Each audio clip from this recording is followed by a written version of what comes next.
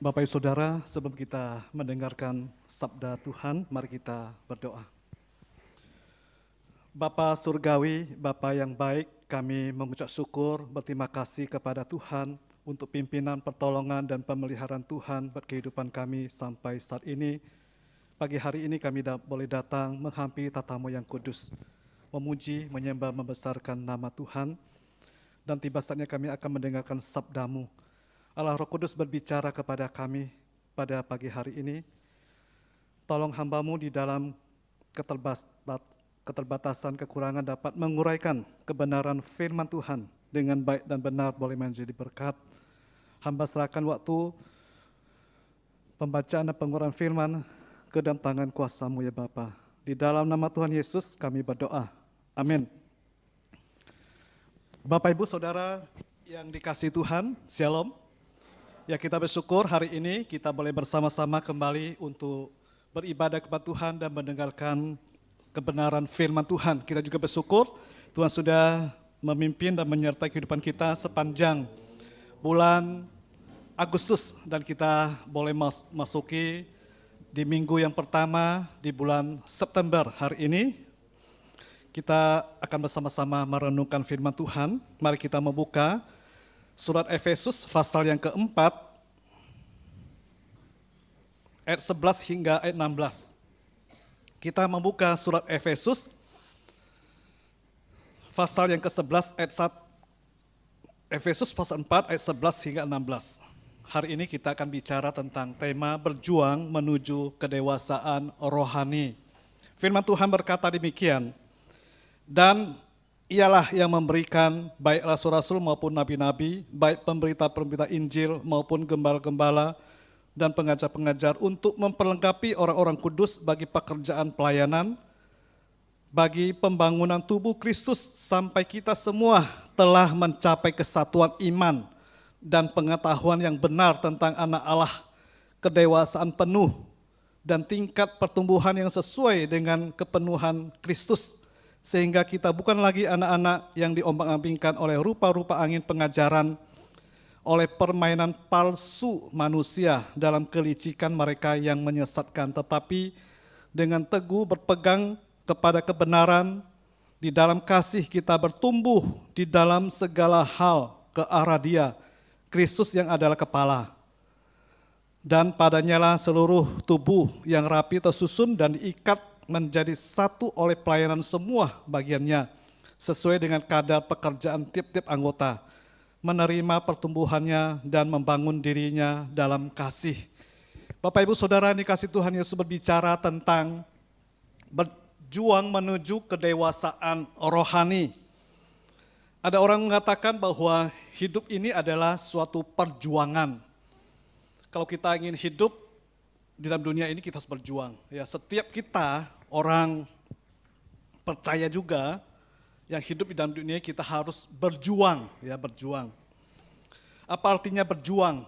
Kata berjuang dalam kamus besar bahasa Indonesia, berjuang itu artinya berusaha, melawan, ada kemauan, melakukan suatu pergerakan, mencapai sesuatu yang ia inginkan. Nah, itu adalah berjuang. Ketika bangsa Indonesia ingin mencapai kemerdekaan, menjadi satu bangsa yang merdeka, maka rakyat Indonesia itu harus bersatu padu, berjuang, melawan penjajahan, sehingga bangsa kita boleh menjadi bangsa yang merdeka. Bapak Ibu, kalau kita ingin menjadi seorang yang berhasil, sukses di dalam usaha pekerjaan, kita ingin menjadi seorang yang kaya gitu ya, maka kita juga harus berusaha, berjuang, ya, berusaha, bekerja dengan keras, ya, bekerja dengan keras. Kita sebagai anak-anak pelajar, kalau kita ingin menjadi seorang anak yang pintar, ya, pintar, studi kita berhasil dengan baik, maka kita juga harus berusaha, ya, berjuang, ya, berusaha untuk belajar sungguh-sungguh. Saya punya teman waktu di SMA, ya, SMA, setiap malam dia berjuang, ya, berusaha untuk mengerjakan aljabar. Dulu ada aljabar, ya, sekarang matematika. dulu ada ilmu ukur. Dia belajar aljabar. Tiap malam dia jaga jual permen di depan bioskop. Jual rokok sama permen, ya, bantu kakaknya berjualan. Tapi tiap malam dari jam 6 sore sampai jam 10 malam dia duduk di depan tempat jualan rokok itu, dia belajar aljabar. Tiap malam dia bikin aljabar, ya, hitung sampai guru aljabar kami SMA itu datang, dia nggak tahu, malam-malam kan naik sepeda lihat dia bikin aljabar, gurunya di belakang lihat dia bikin tiap malam, wah, sampai sekali ujian aljabarnya dapat 10, luar biasa, tiap malam belajar aljabar. Nah, ini dia berusaha, ya, belajar. Nah, demikian juga kalau kita ingin menjadi orang yang sehat, Bapak Ibu, ya, ingin menjadi orang yang sehat, punya tubuh yang sehat, maka kita juga harus ada kemauan yang keras, niat yang berjuang untuk hidup sehat, menghindari yang namanya merokok atau minum alkohol. Ya, banyak orang tidak bisa melepaskan alkohol atau merokok karena sudah adiksi, ya, ketagihan. Nah, itu harus ada satu kemauan yang keras, niat dari diri kita sendiri untuk melepaskannya. Banyak orang bisa melepaskan adiksi, ketagihan alkohol atau merokok. Kalau ada kemauan yang keras, berjuang, Bapak Ibu, ya, berjuang. Nah, kita melihat seorang bayi, ya, kalau bayi itu ingin bertumbuh besar, maka bayi itu harus juga berjuang, berusaha, ya, berusaha tadi, ya, berjuang untuk berusaha untuk apa? Minum ASI, ya, air susu ibu, terus dia harus makan makanan tambahan, bubur, makan buah, sayur-sayuran yang di jus atau di blender, apa gitu, ya. Terus dia juga harus belajar, berusaha untuk membalikkan badan, berjuang, berusaha untuk duduk, merangkak, terus belajar berdiri, pelan-pelan dia akan berjalan, ya, belajar berjalan, berusaha, berjuang. Sehingga bayi itu akan terus bertumbuh besar, ya, menjadi anak yang sehat. Jadi anak yang sehat itu bertumbuh besar, berat badannya akan bertambah besar, bertambah berat badan, itu anak yang sehat, ya. Demikian juga Bapak Ibu, kita sebagai anak-anak Tuhan, kita harus berjuang, berusaha menuju kedewasaan. Injil ayat 13 yang kita baca, ayat 13 di sini katakan, sampai kita semua telah mencapai kesatuan iman dan pengetahuan yang benar tentang anak Allah, kedewasaan penuh dan tingkat pertumbuhan yang sesuai dengan kepenuhan Kristus. Di sini ada kata kedewasaan penuh, ya. Istilah kedewasaan penuh itu bahasa Yunaninya dipakai adalah teleios. Teleios artinya laki-laki dewasa atau matang, lengkap, sempurna. Nah, itu adalah kedewasaan penuh. Jadi kedewasaan penuh itu menekankan bukan hanya dewasa, tetapi juga matang, ya. Bukan hanya dewasa secara jasmania atau fisik, tetapi juga batinia, secara rohania. Nah, secara hurufiah, kata ini berarti mencapai tujuan atau standar atau matang dalam hal karakter dan pengalaman. Nah, itu adalah kedewasaan penuh. Jadi kedewasaan penuh itu bertumbuh dalam segala aspek, ya, aspek menuju pertumbuhan yang utuh dan menyeluruh, ya, Bapak Ibu, ya.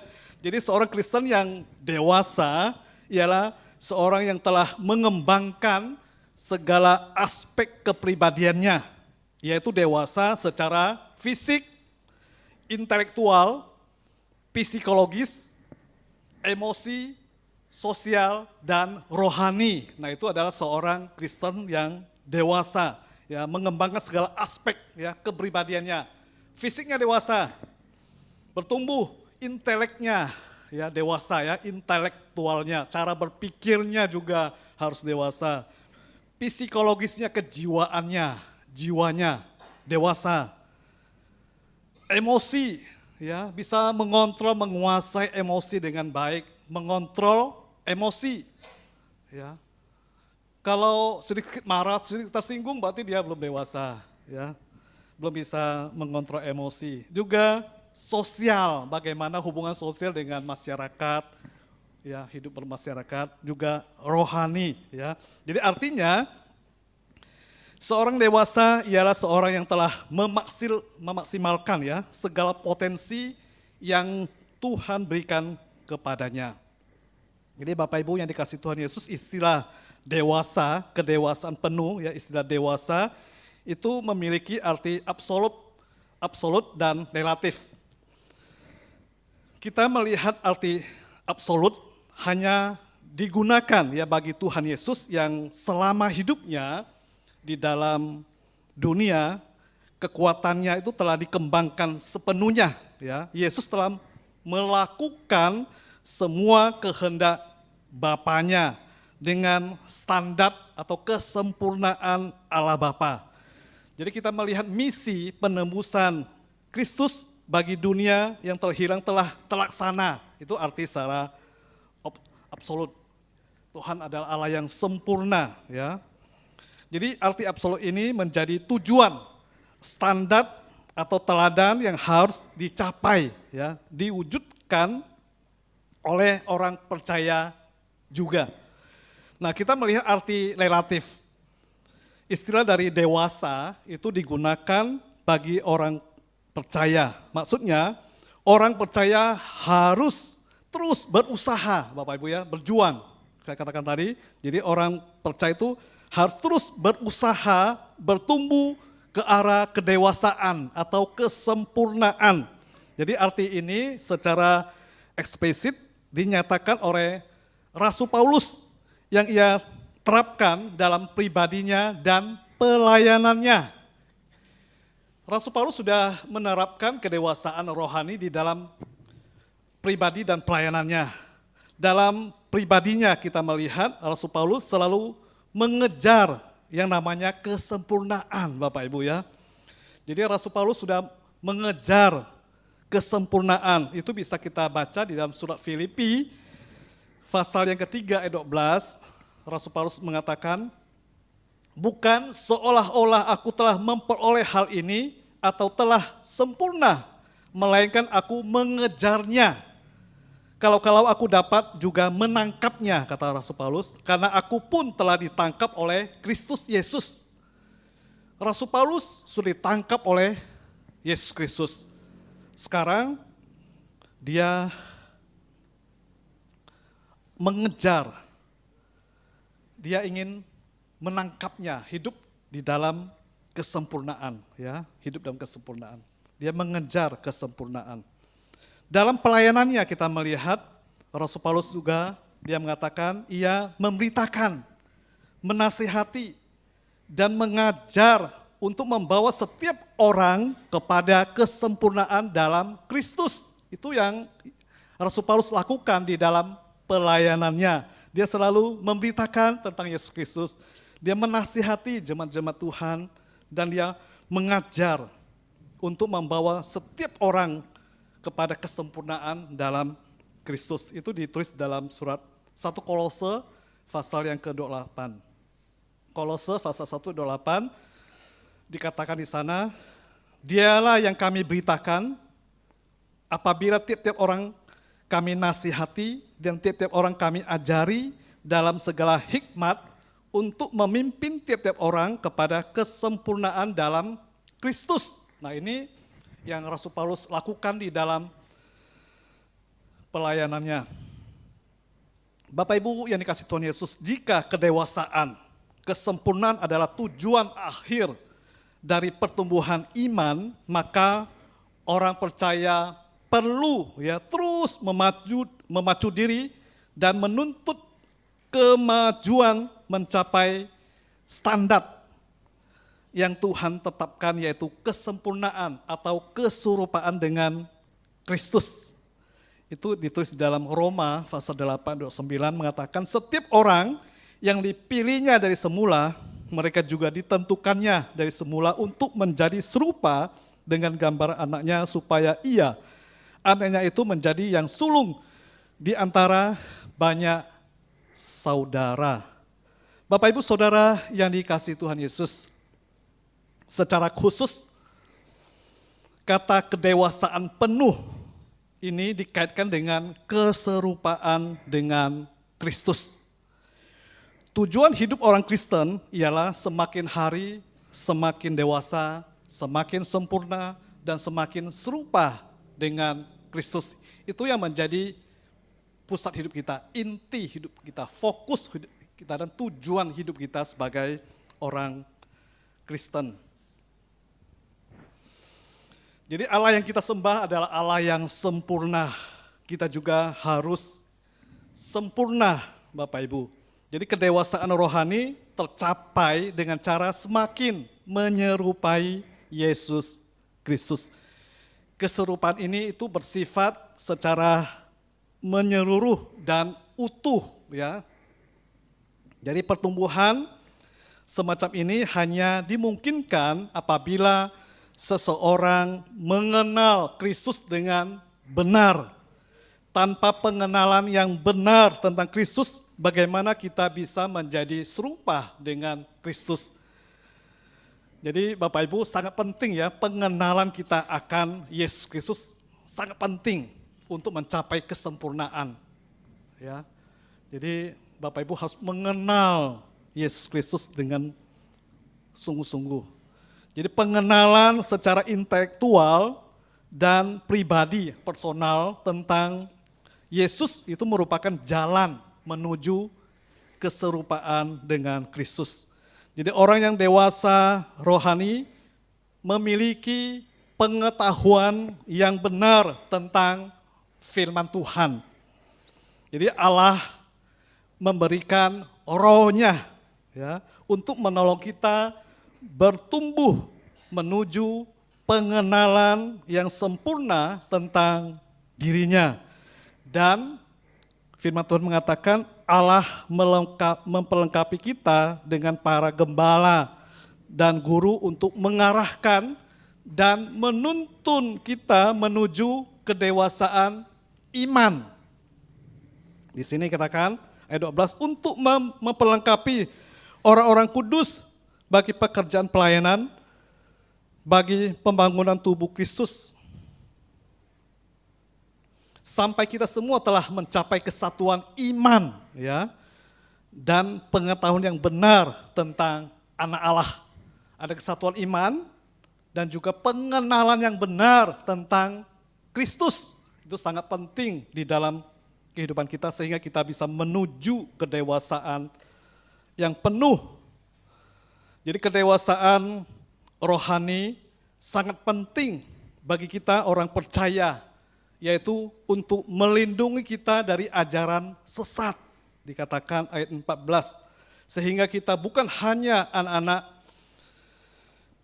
yang diombang-ambingkan oleh rupa-rupa angin pengajaran, oleh permainan palsu manusia dalam kelicikan mereka yang menyesatkan.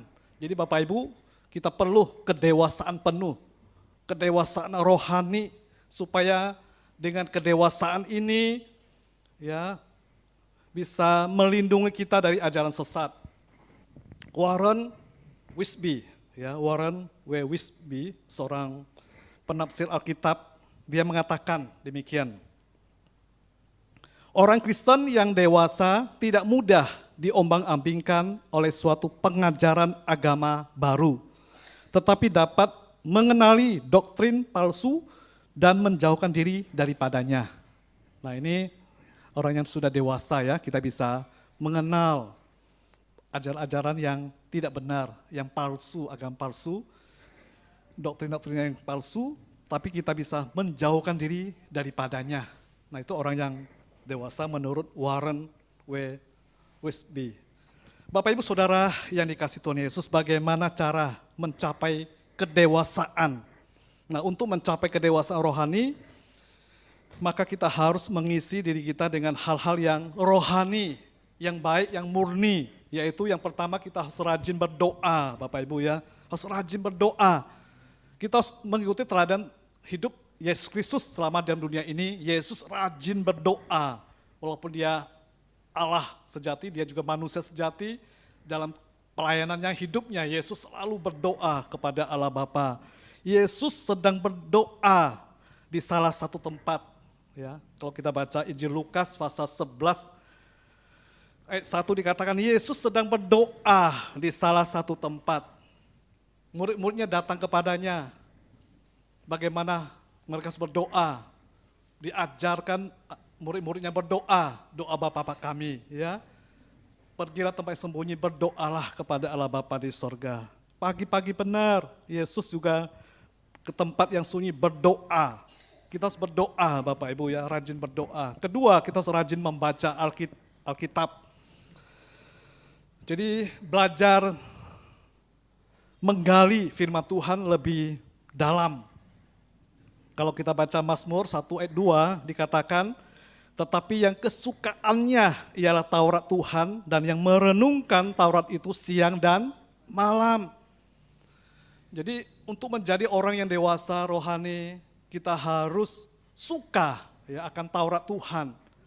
Rindu firman Tuhan, mencintai Tuhan, firman Tuhan ya.